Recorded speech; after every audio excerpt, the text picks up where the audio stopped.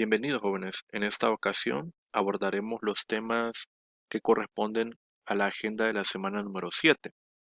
Tenemos pendiente el contenido del principio de Pascal y el principio de Arquímedes. Con esto cerraríamos la parte de la estática de los fluidos para entrar a la parte dinámica. Abordaremos el tema del principio de Pascal explicando cómo es el principio de Pascal y una aplicación. Del principio de Arquímedes pues haremos una descripción de cómo se genera la fuerza de flotación o la fuerza de empuje, y a partir de estas definiciones vamos a desarrollar algún par de problemas. Voy a iniciar describiendo el principio de Pascal. Para eso voy a imaginarme lo siguiente. Tenemos un depósito que podría ser de forma cilíndrica, donde hemos colocado en ese depósito un fluido. Este fluido, por simplicidad, vamos a imaginar que es un líquido. Los líquidos sabemos que son incompresibles. Podría ser agua este líquido que tenemos acá. Voy a imaginarme ahora dos puntos de este fluido. Uno en la parte superior, que le voy a llamar el punto 1, y otro punto que está dentro del fluido, que le voy a llamar punto 2. De la ecuación fundamental de la hidrostática, la voy a escribir acá. La presión P era igual a la presión atmosférica más la densidad por la gravedad por H. La voy a escribir de esta otra forma. La presión en el punto 2 es igual a la presión del punto 1 más la densidad por la gravedad por H. Bien, en términos generales decíamos que esta presión, la presión P, representaba una presión absoluta, que era la combinación de la presión atmosférica más la presión manométrica, que por ser un fluido líquido, esa presión manométrica era el producto de la densidad, la gravedad y H. La propiedad de incompresibilidad de los líquidos se refiere también a que la densidad de estos no cambia. Voy a imaginarme entonces que este fluido tiene una densidad ρ. Y voy a trabajar entonces con estas magnitudes. Y lo que estamos representando también es que la presión del punto 2 es mayor que la presión 1, porque depende de la profundidad. La presión dependía de la profundidad. Esa profundidad la podemos localizar acá. Desde la superficie del fluido hacia adentro, hacia abajo, tenemos una profundidad h. El producto de la densidad del fluido, la gravedad y h, me da la columna de fluido que está por encima del punto 2 y que debido al peso de ese fluido ejerce una presión sobre ese lugar. Bien, entonces con esto nosotros podemos calcular cuánto vale la presión. Sencillamente, ¿qué tal si ahora tomamos este mismo depósito con este mismo fluido, pero le agregamos algo más? Le agregamos este objeto, este de acá, que bien puede ser un émbolo. Un émbolo sería como si colocáramos una tapadera de esta forma. Es una tapadera sólida en forma de disco que nosotros le colocamos encima a este depósito y que encaja justamente en esa parte, y que al mismo tiempo, como este émbolo tiene un peso, ejerce una fuerza sobre la parte superior. Por lo tanto, si ejerce una fuerza, también ejerce una presión sobre el punto que habíamos llamado P1. De tal forma que ahora este punto P1 se va a llamar el punto 1', y el punto 2 le voy a llamar el punto 2'. Esos dos puntos están ubicados en las mismas posiciones que había ubicado anteriormente el punto 1 y el punto 2, porque ahora vamos a observar qué efecto se produce por haber colocado este émbolo que tiene un peso. En otras palabras, qué efecto se produce por haber incrementado la fuerza y por ende haber incrementado la presión. La presión del punto 2' quedaría determinada como la presión del punto 1' más la densidad por la gravedad por H. Ese término, densidad, gravedad y H, no ha cambiado, ¿sí? No se ha modificado, es la misma profundidad a la cual se encuentra el otro punto 2. Ahora, la presión 2' es igual. ¿Qué ha sucedido con la presión 1? Antes de colocar ese émbolo o esa tapadera sólida, teníamos una presión 1. Cuando colocamos el émbolo, ahora aumentamos un poco la fuerza y aumentamos un poco la presión. El propio émbolo tiene un peso que se aplica sobre la superficie del fluido y por lo tanto incrementó su presión. Tenemos no solamente la presión atmosférica, que sería la que está fuera del fluido, sino que también esta otra presión. Podríamos decir entonces que la presión P1' es igual a la presión 1 más, llamémoslo de esta forma, un incremento de presión, un aumento, una pequeña presión que se incrementó en la parte donde estaba el punto 1. Ahora, más la densidad por la gravedad por H. ¿Qué voy a hacer ahora? Voy a separar de esta manera. Voy a tomar el término presión 1 y densidad de gravedad H. Presión 1 más densidad de gravedad por H. Lo voy a distribuir de esta forma, más el incremento de presión que he producido. ¿Quién me representa entonces la suma de la presión 1 más densidad de gravedad H? Me representa precisamente la presión 2 antes de colocar el émbolo. Entonces la presión 2' es igual a la presión 2 más el incremento de presión. ¿Qué estamos observando entonces acá? Así como la presión del punto 1 se incrementó en una presión pequeña, en la misma cantidad se incrementó también la presión del punto 2. Eso es lo que estamos observando de lo que ha sucedido a través de esta ecuación. ¿Qué implica eso? Que cuando nosotros incrementamos la presión en el punto 1, este incremento se transmitió hacia el punto 2. ¿Qué hubiera pasado si tuviéramos otro punto 3 acá? ¿Qué hubiera pasado con la presión de I?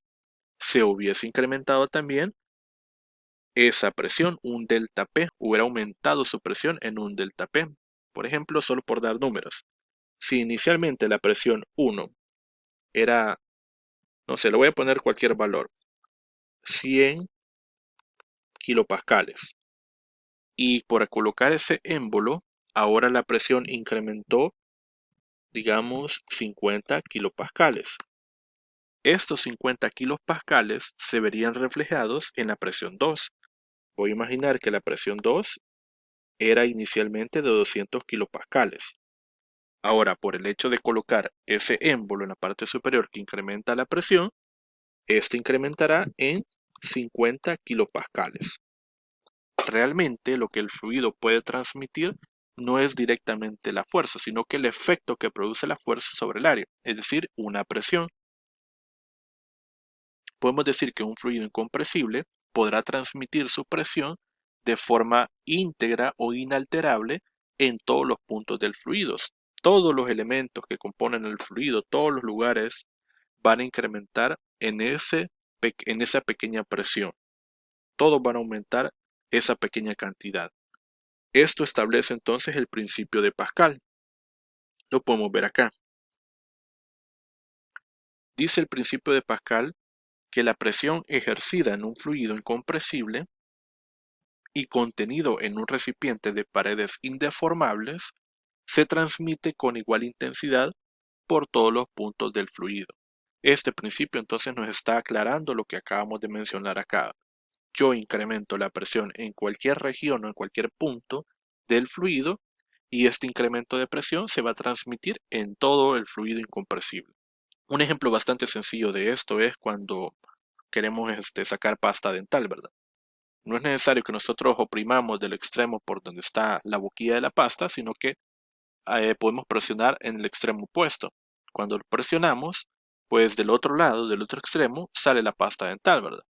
Entonces aplicamos una presión en un punto y esta se transmite a todos los puntos de ese fluido, de tal forma que como la única salida es la boquilla del depósito, pues por ahí se va a escapar el fluido por efecto de este incremento de presión.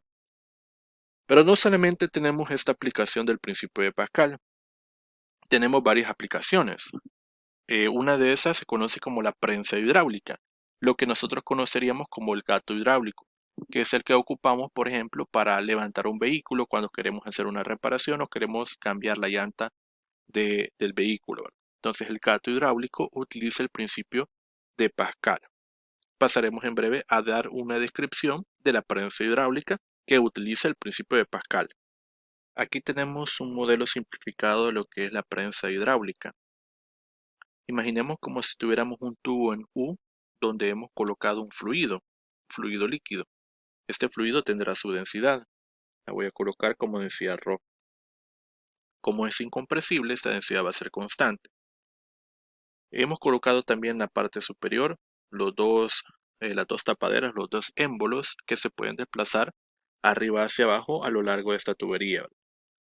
Entonces este tubo en U imaginario está hecho de un material bastante resistente que soporte los incrementos de presión. La presión dijimos que se va a transmitir en todos los puntos del contenedor, en todos los puntos del fluido, y estos van a actuar también sobre las paredes del contenedor. El tubo que observamos acá tiene diámetro diferente, y en breve vamos a observar la importancia de que sean diferentes los diámetros. Voy a imaginarme ahorita que no me interesa tanto el peso que tienen los émbolos, sino que simplemente este sistema está en equilibrio en estas condiciones. Voy a añadir una fuerza a uno de los extremos de este dispositivo. Lo voy a hacer del lado izquierdo. Aquí voy a colocar una fuerza vertical y hacia abajo.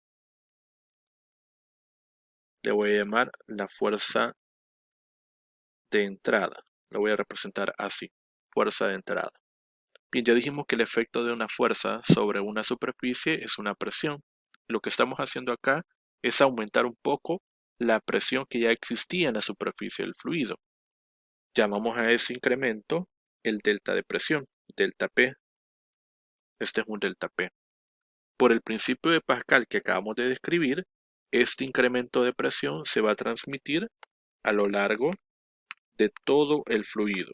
Todos los elementos o todas las partículas que componen el fluido van a incrementar su presión en la misma cantidad, de tal forma que en este punto de acá, por ejemplo, tendríamos también ese incremento de presión.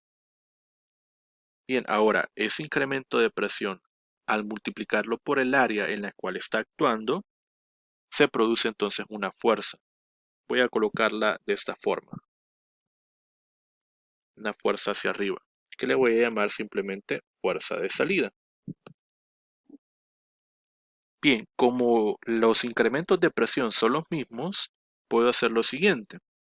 Por la definición de la presión, sabemos que la presión es la fuerza entre el área.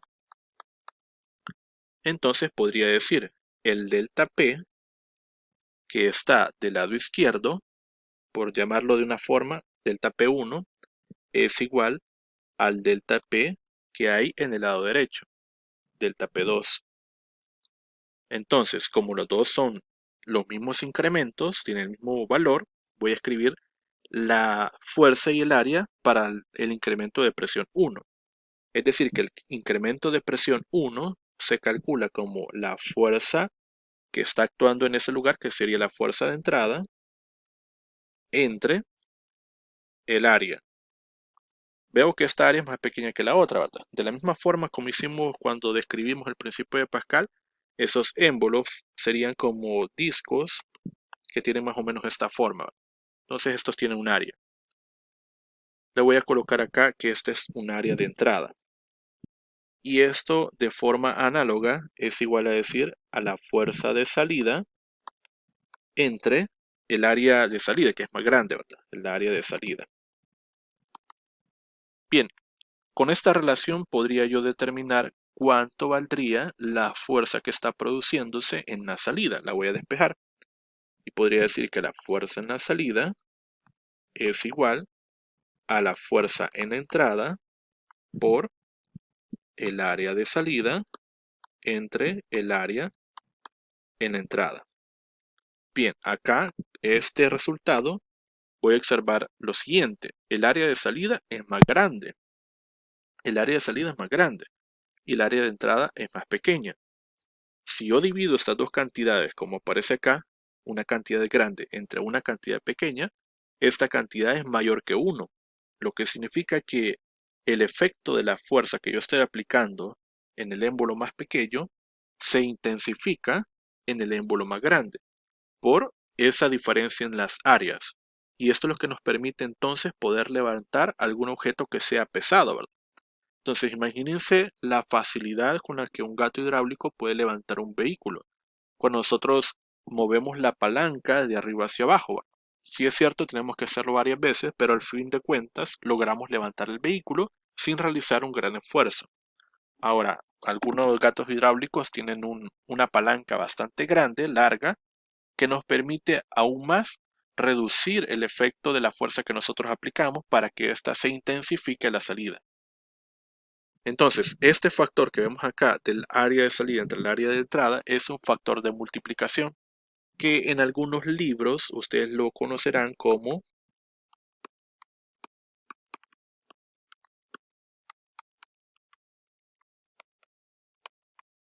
la ventaja mecánica, que no es nada más que un factor de multiplicación por el efecto de las áreas que tenemos acá. Bien, esta sería entonces la aplicación directa del principio de Pascal, entre otras, ¿verdad? Una jeringa es una aplicación también del principio de Pascal. Cuando nosotros incrementamos la presión aplicando una fuerza con el dedo, se transmite en el fluido y hace que éste salga por la aguja. También podríamos mencionar que otra aplicación del principio de Pascal es la silla hidráulica que utilizan, por ejemplo, los barberos o los dentistas para hacer su trabajo, ¿verdad? Esas son otras aplicaciones. Bien, ahora quiero que veamos una alternativa de esta ecuación. Voy a tomar las áreas. Si es un cilindro, en la parte donde se está aplicando la fuerza, esa área, esa superficie representa un círculo. Y el área de un círculo sería pi por el radio, en este caso el radio de salida, al cuadrado. Entre pi por el radio de entrada al cuadrado. Eliminamos la constante pi y esto sería nada más el radio de salida entre el radio de entrada y esto elevado al cuadrado. Una forma alternativa. Otra sería que lo haga en base a los diámetros. Pi cuartos del diámetro de salida al cuadrado entre pi cuartos del diámetro de entrada al cuadrado. Y de la misma manera tendríamos el diámetro de salida entre el diámetro de entrada al cuadrado. ¿Sí? Entonces son formas alternativas para que nosotros podamos determinar la ventaja mecánica. Esto nos permite ahorrarnos un poco el trabajo. Si conocemos los diámetros, pues directamente aplico esta ecuación. O si conozco los radios, trabajo con esta ecuación directamente para no estar calculando las áreas. En el caso que nos las dieran de forma directa. Ahora quiero que observemos también esto. Cuando la fuerza 1 se aplica en el émbolo más pequeño, el émbolo que hemos llamado de entrada, este lo desplaza, la fuerza desplaza ese émbolo. Voy a indicar este desplazamiento acá. Voy a imaginar que lo desplaza esta distancia, S1.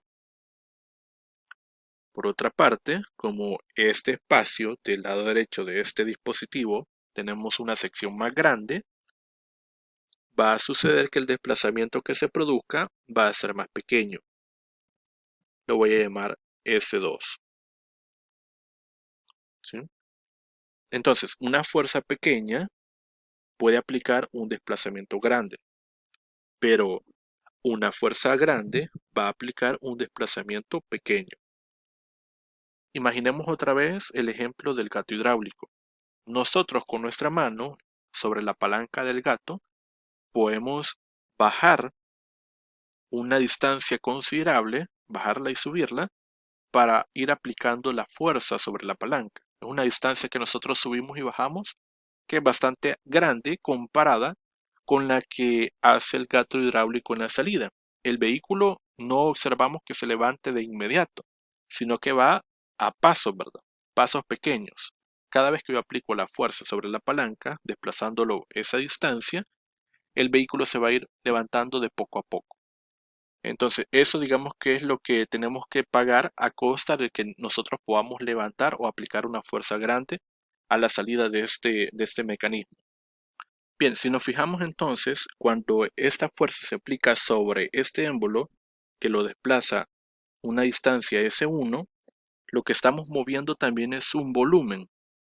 El volumen de toda esta porción de fluido, que sería como imaginarme un cilindro, ¿verdad?, de líquido, ese volumen se desplaza y también aparece del lado derecho.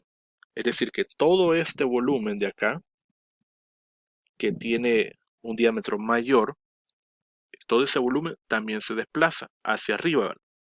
Pero como el fluido es incompresible, el volumen que desplazamos acá, volumen 1, es igual al volumen que se desplaza acá, el volumen 2. No cambia ese volumen. Lo voy a escribir aquí. El volumen 1 es igual al volumen 2. ¿Cómo determino este volumen? Si estoy imaginando que son cilindros, por ejemplo acá, este sería el volumen 1. Aquí estoy aplicando la fuerza de entrada.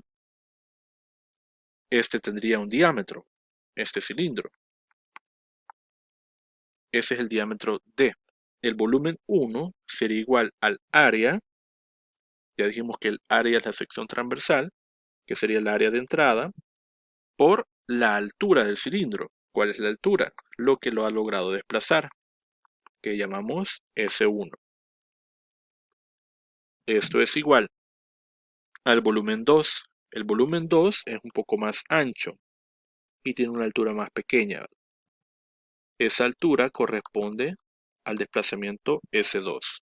Y esto sería el área de salida. Entonces diríamos que el volumen 2 es el área de salida por S2. Ahora voy a despejar, voy a pasar el área para acá y voy a pasar este desplazamiento para acá. Y me quedaría que el área de salida entre el área de entrada es igual al desplazamiento 1 entre el desplazamiento 2. Bien, esta es otra forma de obtener la ventaja mecánica, es el factor multiplicador que hace que la fuerza se intensifique. Y vean que estamos dividiendo una distancia mayor entre una distancia menor. Este número sigue siendo mayor que 1. Y habíamos dicho entonces que la fuerza de salida era igual al área de salida entre el área de entrada. Entonces, y esto multiplicado por la fuerza de entrada. Entonces, si yo reemplazo esto acá, tendría que la fuerza de salida es igual al desplazamiento 1 entre el desplazamiento 2 por la fuerza de entrada. Seguimos obteniendo entonces un incremento de la fuerza que cuando nosotros la aplicamos a la entrada, esta se intensifica por el efecto de la diferencia de los diámetros, la diferencia de los radios, la diferencia de las áreas y la diferencia que hay en los desplazamientos. Podemos entonces obtener diferentes maneras de calcular esa ventaja o ese número que incrementa la fuerza. Esto es en esencia una aplicación del principio de Pascal. La siguiente aplicación de la estática de los fluidos se conoce como principio de Arquímedes. El principio de Arquímedes nos dice esto: un cuerpo total o parcialmente sumergido en un fluido, en reposo, experimenta una fuerza vertical y hacia arriba, cuya magnitud es igual al peso del fluido que puede desalojar este cuerpo que hemos colocado en el fluido. ¿Cómo explicamos esto entonces? Vamos a imaginar otra vez que tenemos ahora un fluido líquido. Voy a considerar que este fluido tiene una densidad ρ.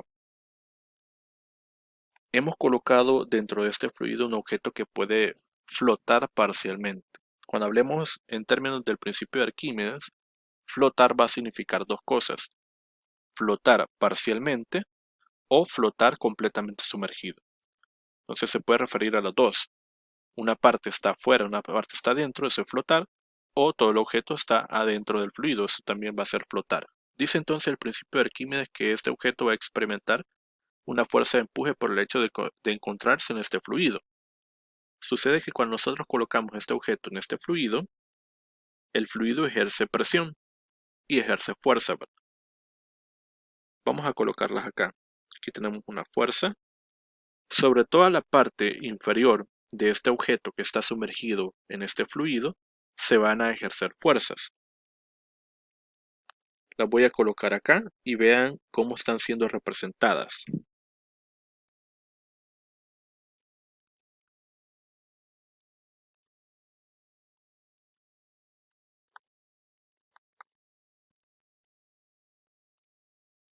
Vean que estas fuerzas cambian, ¿verdad? Cambian de acuerdo a la profundidad donde interesa aplicarse la presión. No es lo mismo la fuerza que aparece acá que la que aparece en el fondo del objeto o en la parte inferior del objeto. Tiene más intensidad la que está en la parte baja porque está más profundo. Entonces ahí se aplica una mayor fuerza. Sin embargo, lo que sí puedo observar es lo siguiente. Si a cada una de estas fuerzas nosotros le sacáramos las componentes horizontal y vertical, veríamos, por ejemplo, que para esta fuerza de acá, estas serían sus componentes.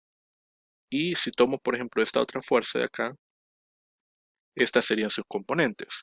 Las componentes en X de esas fuerzas se anularían entre sí si nosotros hacemos sumatoria de fuerzas, porque van en direcciones opuestas y tendrían igual magnitud. De hecho, todas las fuerzas que observamos acá, todas sus componentes horizontales se anulan entre sí. Este es un sistema en reposo, ¿verdad? Entonces la sumatoria de fuerzas tiene que dar 0. Ahora observo yo que las componentes en Y, esas no se anulan, no se eliminan. Todas van a apuntar hacia arriba. Entonces, si sumamos todas las componentes que apuntan hacia arriba, vamos a tener una fuerza que apunta directamente hacia arriba, como lo dice el enunciado del principio de Arquímedes. Bien, esta fuerza única, que es la resultante de todas estas fuerzas, se llama fuerza de empuje o fuerza de flotación. Dice entonces el principio de Arquímedes que se produce una fuerza vertical y hacia arriba, pero nos dice también que la magnitud de esta fuerza es igual al peso del fluido que puede desplazar este objeto. ¿Cuál es el peso del fluido que puede desplazar? Primero fijémonos en cuál es el volumen que puede desplazar. Yo estoy observando que este objeto solamente una parte es la que está sumergida. Sería todo esto, ¿verdad? Todo lo que está por debajo de la superficie del fluido. Todo eso está sumergido. Este volumen es al que yo voy a llamar volumen desalojado. Volumen desalojado. Y lo voy a representar como V F sub D. Volumen del fluido desalojado. Esto es lo que es capaz de desplazar. Dice entonces el principio de Arquímedes que la fuerza de empuje es igual al peso del fluido desalojado. Peso del fluido desalojado. El peso de cualquier sustancia es la masa, en este caso del fluido, por la gravedad. Y la masa la podemos representar como la densidad del fluido por el volumen de este fluido por la gravedad, por la definición de densidad, ¿verdad? Vemos entonces que la fuerza de empuje queda definida de esta manera. La fuerza de empuje o fuerza de flotación es igual al producto de la densidad del fluido, del volumen del fluido desplazado, por la gravedad. La fuerza de empuje es directamente proporcional a la densidad del fluido. No es lo mismo la fuerza de empuje que puede ejercer el agua a la que puede ejercer el mercurio. Es mayor en el mercurio. La fuerza de empuje también depende del volumen que se desaloja. Entre más volumen pueda desalojar el objeto, mayor es la intensidad de la fuerza. Esto explica, por ejemplo, por qué un barco, que a pesar de que está hecho o construido de metal, puede flotar sobre el agua. Y esto es porque puede desalojar una gran cantidad de volumen. Esa gran cantidad de volumen hace que experimente una fuerza de mayor magnitud. Como es una fuerza, esto está dado en Newton. Ahora, pero si fuera la única fuerza que estuviera acá en este objeto, este sistema ya no estaría en equilibrio, ¿verdad? Sin embargo, la aplicación es para un sistema en reposo, es decir, para un fluido en reposo. ¿con qué fuerza se está equilibrando entonces la fuerza de empuje? Se debe estar equilibrando con el peso del propio objeto. Lo voy a colocar acá. Y esta sería la fuerza del peso, el peso del objeto. Bien, podría decir entonces que si yo aplico la sumatoria de fuerzas en Y, ahora este sistema sí va a estar en equilibrio. Sumaría entonces la fuerza de empuje menos la fuerza del peso del objeto. Como son las únicas dos, estas dos van a estar en equilibrio. Si agregamos una tercera fuerza, para mantener el equilibrio, tiene que ser igual a 0 también.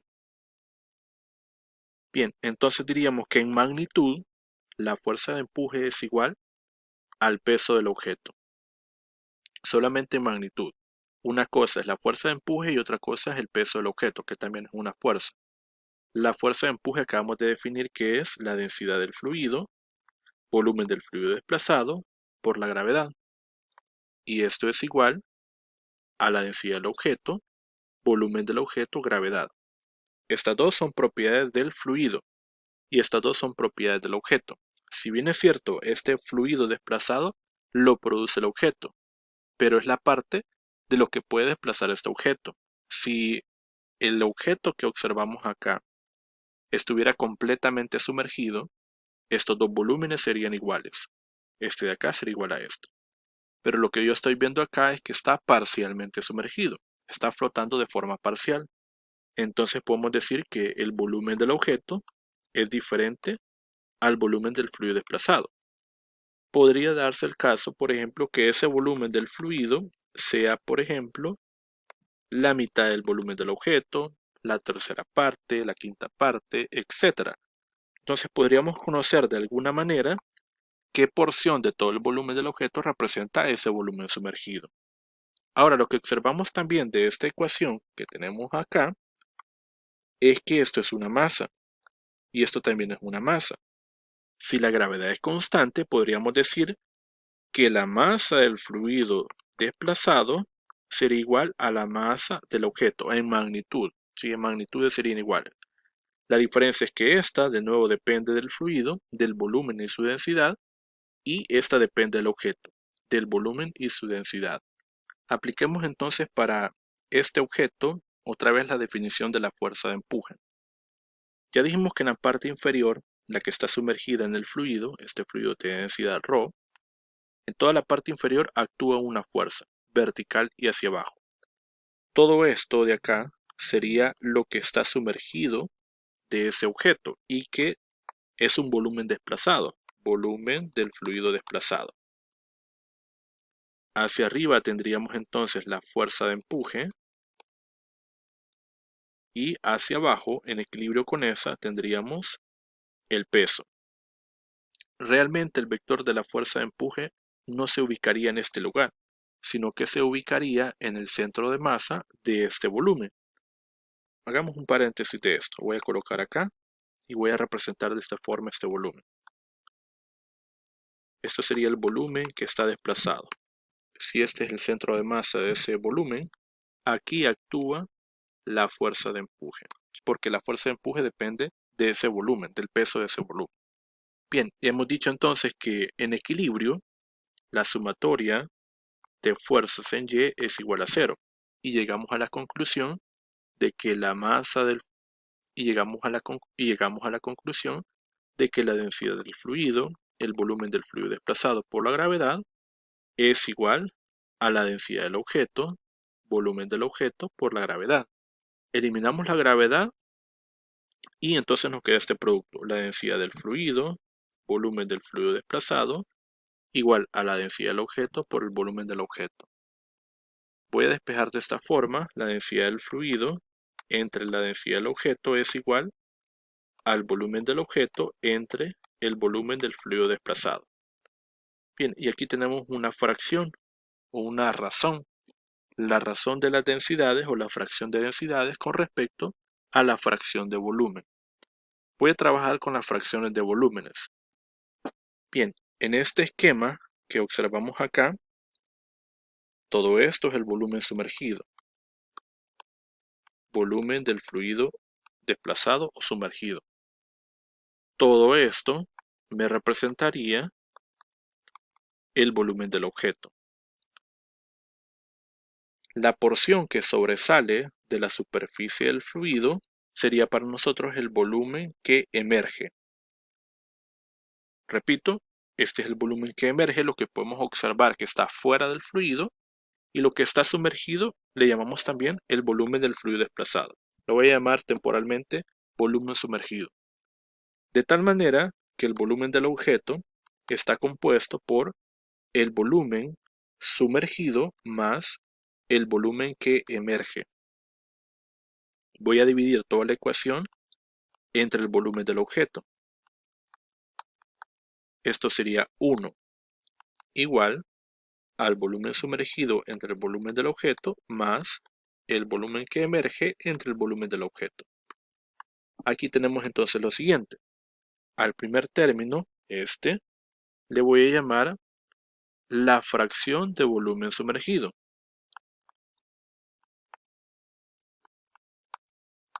Fracción de volumen sumergido. Y esto de acá será la fracción de volumen que emerge. Bien, en base a las fracciones yo podría también determinar el volumen total o una parte de este volumen, etc. Bien, esto nos podría servir, por ejemplo, si nos dan solamente la fracción de un volumen que está fuera o dentro de un fluido de ese objeto, ¿verdad? Podrían decirnos el 25% del objeto está sumergido o el 35% del objeto es visible o emerge del fluido, etc. Es una forma de trabajar con la fracción de fluido.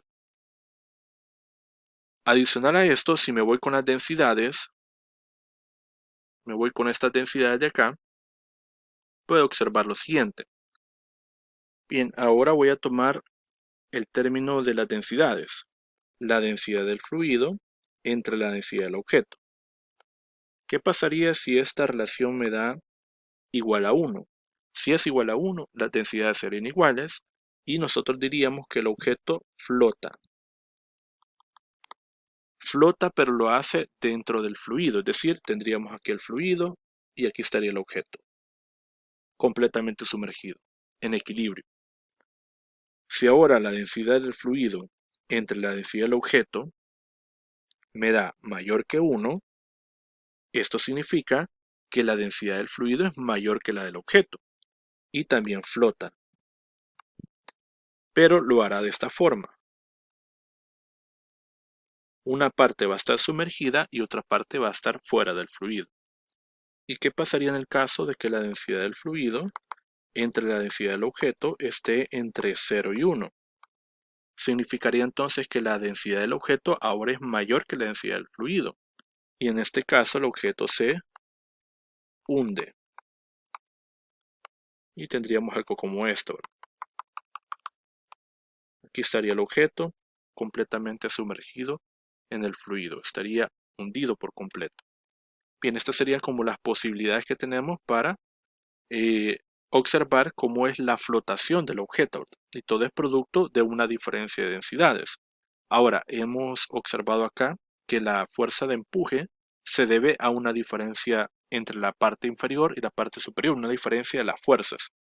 De hecho, esto de acá, esta fuerza de empuje, dijimos que es la resultante de estas fuerzas, de las que hay en la parte superior con las que hay en la parte inferior. Otra forma de determinar la fuerza de empuje es la siguiente. Tenemos acá un instrumento que sirve para medir fuerzas. Sabemos que se llama dinamómetro. Tenemos el dinamómetro que sostiene a un objeto. Este objeto tiene un peso, tiene su propia densidad. Cuando sostenemos este objeto en el aire, decimos entonces que medimos el peso real. Peso real. El peso real de un objeto es entonces el peso medido en el aire. A pesar de que el aire es un fluido, debe de ejercer una fuerza de empuje sobre este objeto. Pero si el objeto es muy pesado, como por ejemplo una piedra, la piedra no voy a observar que se levante por el efecto de la fuerza de empuje del aire. Y esto se debe a que la densidad del aire es mucho menor que la densidad que tiene este objeto, ¿verdad? A pesar de que el volumen que puede desplazar el objeto es grande, no es capaz de levantarlo porque la densidad es muy pequeña. Entonces, si un objeto lo pesamos en el aire, eso es el peso real. Venimos ahora y tomamos este objeto y lo sumergimos dentro de un fluido. El fluido es un fluido líquido con una densidad. ¿Qué sucede en esta situación? Aparece una fuerza de empuje que lo que trata es de levantar este objeto, ¿verdad? Lo va a tratar de levantar un poco y observaremos que la lectura del dinamómetro ahora es menor. Cuando colocamos este objeto en un fluido líquido, llamamos a esta medida el peso aparente. Este es el peso aparente. Bien, hagamos un esquema de la situación de lo que está pasando cuando colocamos el objeto fuera del líquido y dentro del líquido. Voy a imaginarme que el objeto es este. Fuera del fluido o fuera del líquido tenemos la fuerza de tensión que sostiene este objeto y tenemos el peso. Como está solamente en el aire, la tensión debe ser igual al peso para estar en equilibrio. Entonces la tensión es igual al peso real. Por otra parte, ese mismo objeto lo colocamos en un fluido y tendríamos el peso real, que no se elimina, no desaparece, y adicional a eso tenemos la fuerza de empuje.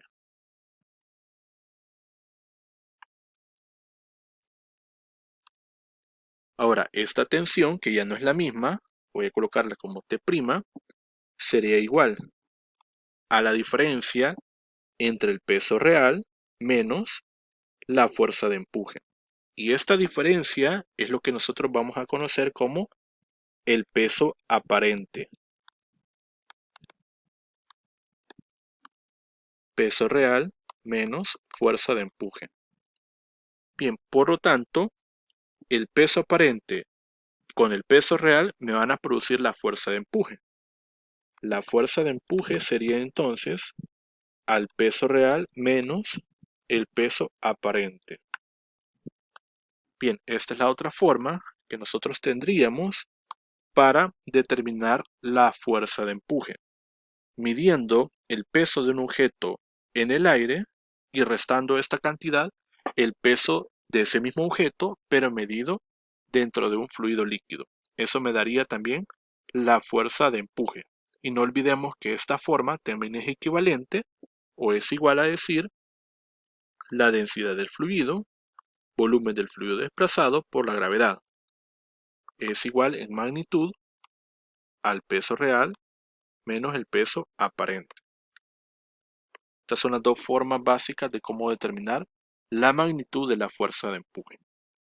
Bien, con esta explicación creo que ya podemos hacer un par de problemas. Nos vamos a centrar un poco más con el tema del principio de Arquímedes.